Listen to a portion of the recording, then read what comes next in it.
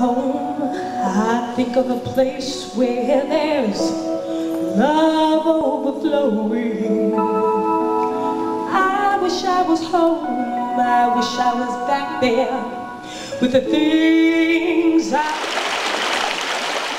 Hi, my name is Larry White, and I am your producer and director of The Inner Beat. The Inner Beat is a socially conscious program that sometimes showcases cultural events as well as community events. And occasionally, we'll even bring you a little song and dance. So sit back and enjoy The Inner Beat.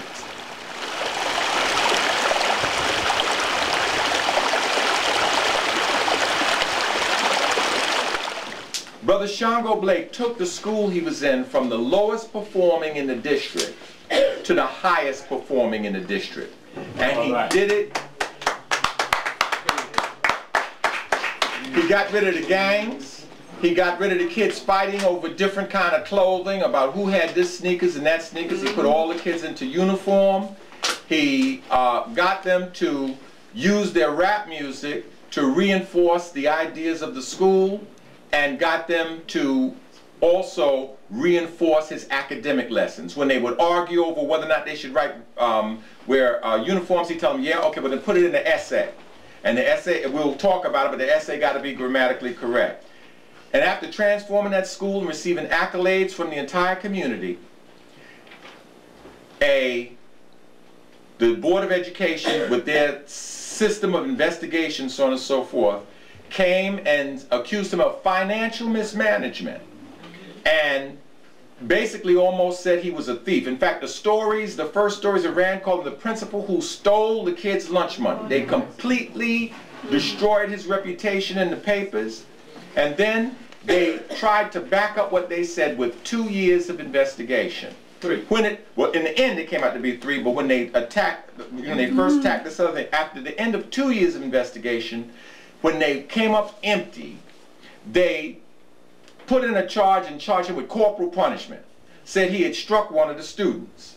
Now the student they're talking about was a troubled youth who went into the auditorium and began, as a result of their headlines, they incited the student. When they put the stories in saying that Shango had stolen lunch money, this kid went to the lunchroom and began to say things with expletives, F Dr. Blake, this, that, and the other, so on and so forth. So they brought him into the principal's office. The child had a history of making false accusations to people.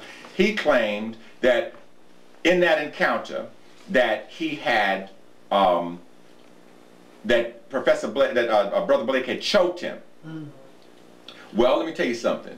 If my son is in that school and he goes into the cafeteria, seizes the microphone and starts cursing, and you've taken him from the lowest performer to the highest performer, I want you to choke him. Don't kill him, but grab him by that throat. But he didn't. There were people in the room, and everybody said Professor Blake never touched this kid.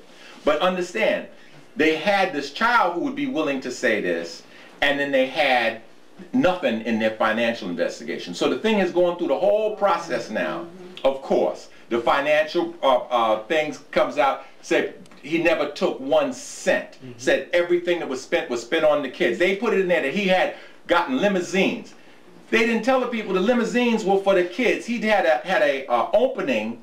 He let them make a rap song reinforcing the values of the school, and then had an opening just like a big rap opening. And then he did it up fancy. You know what will get the children engaged? He got limousines for them. All right. One teacher said that she needed band uniforms? Band uniforms. They didn't have any money in the budget. She said she don't know where he got them from, but the next day, those choir uniforms, he had the choir uniforms. Well, so at any rate, at the end of the investigation, it comes out, no, but they believe, the investigator believes he grabbed the kid. The people in the room say he didn't grab the kid. Shango says he didn't grab the kid. But they feel on the basis of, so at any rate, Brother Shango's in a situation where he lost his job. And all of these things that we're telling you are details that you can go and look up. These are things that are true. Anybody have no One of the things that the Department of Education does is that they realize, they realize that a protracted fight with them is going to cost you.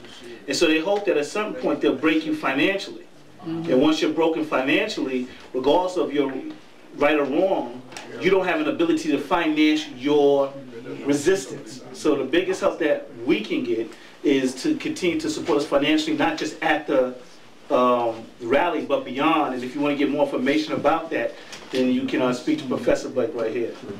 Okay, because there's going to be several fundraisers to mount that resistance. And also, winning this last leg of the case means you get reinstated and get a chance to go back to your position. Yeah, I'm sorry. And as my mother pointed out, this last leg allows me to get reinstated back to my position. If I win this, okay, when I win this, I'm claiming it.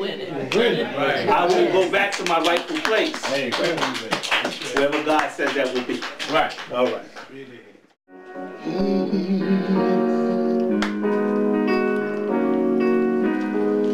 Wake up, everybody, no more sleeping in bed. No more backward thinking, time for thinking ahead.